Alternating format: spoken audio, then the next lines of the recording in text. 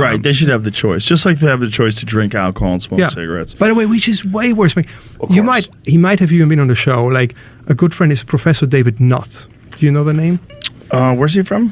From the UK. And if we can pull it up, like he wrote a whole book. That's my favorite sort of take on how fucked up our society is in terms of drugs. He wrote a whole book about the risk of drugs.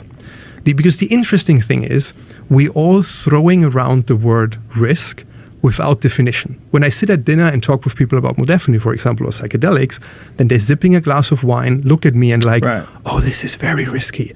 And then like, tell me, what do you mean? What is risk? And people don't have an answer for that. So what David did, he defined what actually risk is. He made a real risk score. Simplified said, can you die when you take it? Can you die when you take too much?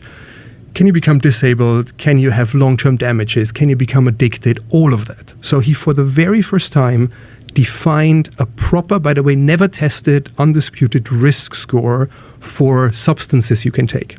And then he applied this risk score to most, he forgot sugar, but like most legal and illegal drugs, from alcohol to heroin to psychedelics.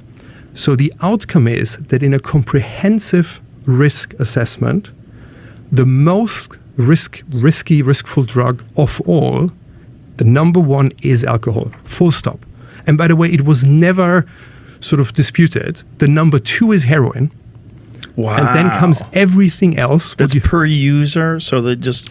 They, on a total societal risk analysis. So the paper is published in The Lancet, which is the top medical journal. And if, Jamie, you want to pull it up, it's called Drug Harm in the UK, a multi-criteria decision analysis, published in The Lancet in 2010 by Professor David Nutt.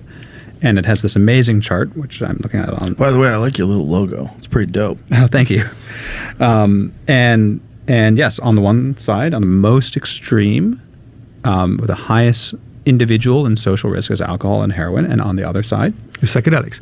So by the way, I urge every listener, because that's a little bit my passion, is like to make people at least aware. And then you can decide, by the way, that you drink alcohol. I'm not saying I would ban alcohol, but I think people should be aware. Isn't it crazy that what they're doing?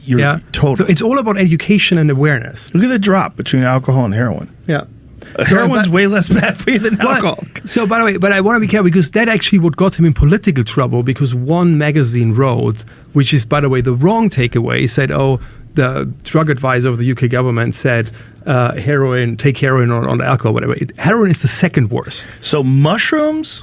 So, and by the way, that chart has a very emotional thing for me, because I was presented that chart in 2013, and guess it or not, I have never drank alcohol in my whole life. Really? I'm from Bavaria, and I decided when I was 14, I'm never going to touch it ever. Wow. For societal reasons, because I was gay in a village where it was not cool to be gay, and I was like, if I get drunk, I'm going to spill it, and my life is ruined. Right. And then I stayed on that track. But like, so friends in 2013 showed me that chart, and we talked a lot about it, and the outcome of it was like, you should try mushrooms. And I was like, you're completely insane, like it's a Schedule 1 drug, whatever. And then it took me a year when I was reading up, and by the way, this was a different time, like people didn't talk about psychedelics and all of that. So I was reading up all about psychedelics from 2013 to 2014, and then had my first psychedelic trip in 2014, which was hands down the single most meaningful and important thing I've ever done in my whole life. Nothing comes close. And I was always a very happy, lucky person, so I didn't think it's doing that much to me. So I came out of this trip, and that was the point when I decided that psychedelics in general should be medically available again, and then sort of restarted the whole psychedelic renaissance. Well, I'm glad that that's something that we've been discussing forever. It's something that got squashed in 1970 by the Sweeping Psychedelics Act, and it didn't make any sense. I think it was the biggest crime, one of the biggest crime that government back then did. Because if you think about it, like all the data we're producing, it has the potential to heal, really, I'm using the word healing deliberately, to heal mental health issues like depression, anxiety, addiction. Yeah. So if you think about it, that a government scam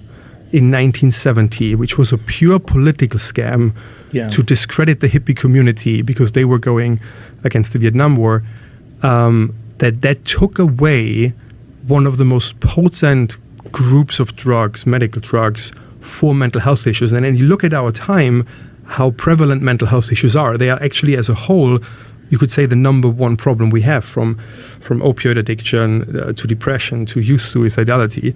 And it's all was taken away for no reason. These drugs, as you saw on the chart, and by the way, what we're showing with my two companies, Compass and Atai, they have a little downside, meaning everything has a downside, but like there is no big downside if taken properly with a therapist together.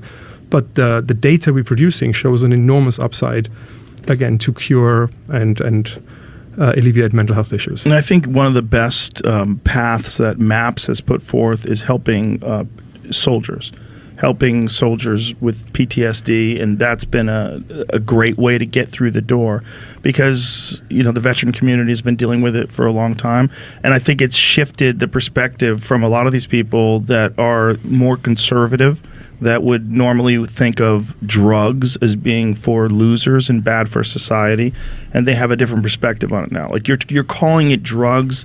It's the wrong word. No, it's a medication. Yeah. Well, it's really entheogens. Yes. What they are is when you experience it, anybody who experiences it would not want it to be illegal. The problem is the people that are adamant about it being illegal are the ones who aren't experiencing it.